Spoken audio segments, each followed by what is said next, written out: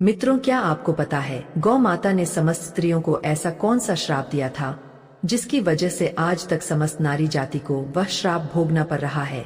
गौ माता का एक ऐसा श्राप जिसे टाला नहीं जा सका। दोस्तों, वह श्राप कौन सा था, इसे जानने के लिए वीडियो को पूरा जरूर देखें। नमस्कार दोस्तों, स्वागत है आपका हमारे इस वीडियो में। चलो आगे बढ़ते हैं और जानते हैं कि गौ माता ने समस्त स्त्रियों को ऐसा कौन सा श्राप दिया था। दोस्तों, एक समय की बात है जब भगवान श्री कृष्ण अपनी राजगद्दी पर विराजमान थे। तब उनके पास देवर्षि नारद मुनि आते हैं और कहते हैं, हे प्रभु, मैं आज मृत्युलोक में भ्रमण कर रहा था। तभी एक स्त्री ने पूछा कि पहले स्त्रियों के बच्चे होते थे तो वह पैदा होते ही चलने लगते थे, परंतु अब ऐसा नहीं है। यह क्यों प्रभु? मुझे इस प्रश्न का उत्तर याद नहीं था, इसलिए मैं आपके पास आया। कृपया मुझे इस प्रश्न का उत्तर बताएं। श्री कृष्ण कहते हैं, हे देवर्षि, तुम्हारा यह प्रश्न समस्त स्त्री जाति के लिए अत्यंत महत्वपूर्ण है। अगर तुम इस प्रश्न के उत्तर को जानना चाहते हो तो ठीक है, मैं तुम्हें एक कथा सुनाता हूँ। तुमको इस कथा के माध्यम से पता चल जाएगा कि किस वजह से अब स्त्रियों का बच्चा पैदा होते ही चल नहीं पाता है। तब देवर्षि नारद कहते हैं, प्रभु, मैं इस कथा को पूरा सुनूंगा, कृपया आप कथा को सुनाएं। दोस्तों, अगर आप भी जानना चाहते हैं कि इस प्रश्न का उत्तर क्या है तो मित्रों, वीडियो को आखिरी तक जरूर देखें और वीडियो को लाइक अवश्य करिएगा। तो मित्रों, श्री कृष्ण कहते हैं, हे देवर्षि, एक नगर में एक रामचंद्र नामक व्यक्ति रहता था। रामचंद्र एक स्वार्थी व्यक्ति था। रामचंद्र के पास में एक गाय थी। वह गाय दूध देती थी और रामचंद्र उस गाय को हरा भरा चारा खिलाकर उसका दूध निकाल करके उस दूध का बिक्री किया करता था। रामचंद्र गाय का दूध खुद भी पीता था और अपने परिवार वालों को भी पिलाता था। गाय के दूध की वजह से ही रामचंद्र अपने घर की दिनचर्या चलाता था। रामचंद्र का समय इसी तरह से व्यतीत हो रहा था। कुछ दिनों के बाद एक समय ऐसा आया कि जब रामचंद्र को गाय ने दूध देना बंद कर दिया।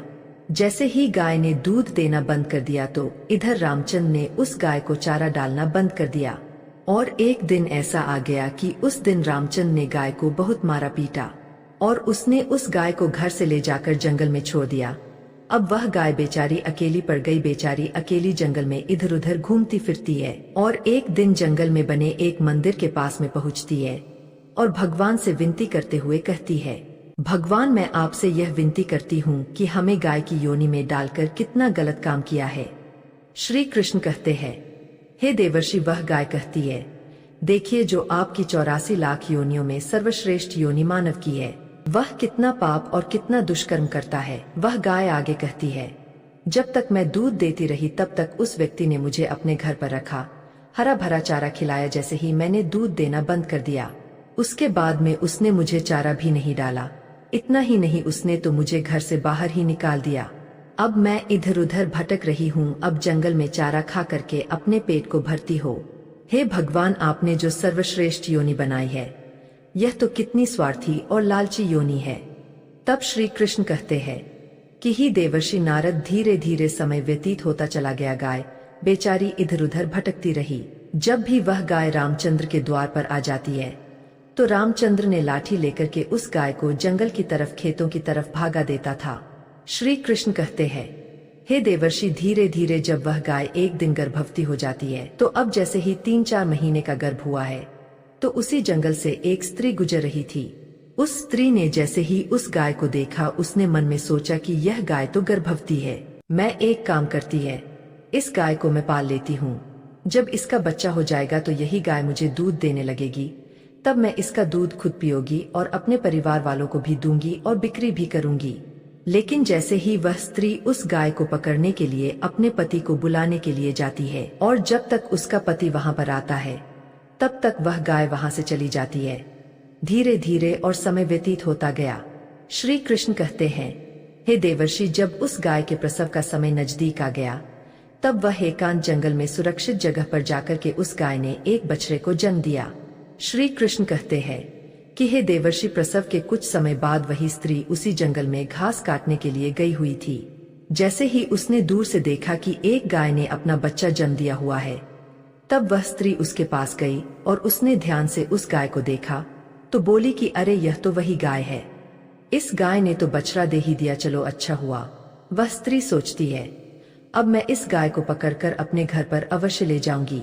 जैसे ही वह स्त्री उस गाय के पास से अपने पति को बुलाने के लिए जाने लगती है, तभी गाय ने उसी समय उस स्त्री से कहती है, बहन आज तुम हमारे ऊपर एक परोपकार कर दो। यह जो बच्चा है यह पीछे पड़ा हुआ है, इसे उठाकर कि तुम मेरी गर्दन के ऊपर रख दो।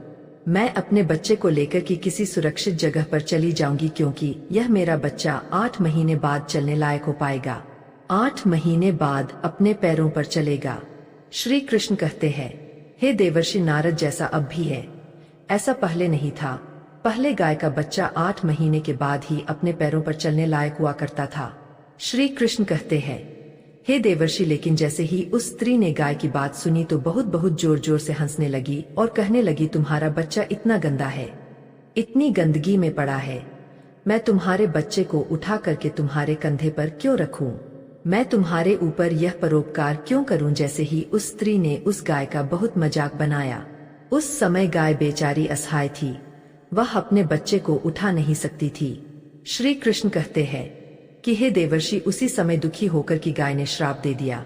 उसने श्राप देते हुए कहा कि जाओ, आज तुम्हारा बच्चा जन्म लेने के बाद तुरंत चलने लगता है, लेकिन आज मैं श्राप देती हूँ, तुम्हारा बच्चा जन्म लेने की 10 महीने बाद ही अपने पैरों पर चलने लायक होगा, और जो यह मेरा बच्चा आज चल नहीं पा रहा है और यह आज के बाद पैदा होते ही बहुत जल्द अपने पैरों पर चलने लायक हो जाएगा।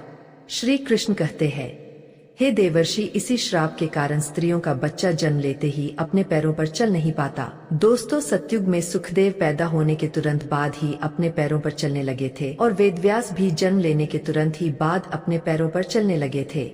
यह बात तो सतयुग की थी, लेकिन कलयुग में ऐसा नहीं है। कलयुग में बच्चे को अपने पैरों पर चलने के लिए कम से 10 महीने लग जाते हैं। इसका कारण यही है क्योंकि गाय ने समस्त स्त्री जाति को श्राप दे दिया था।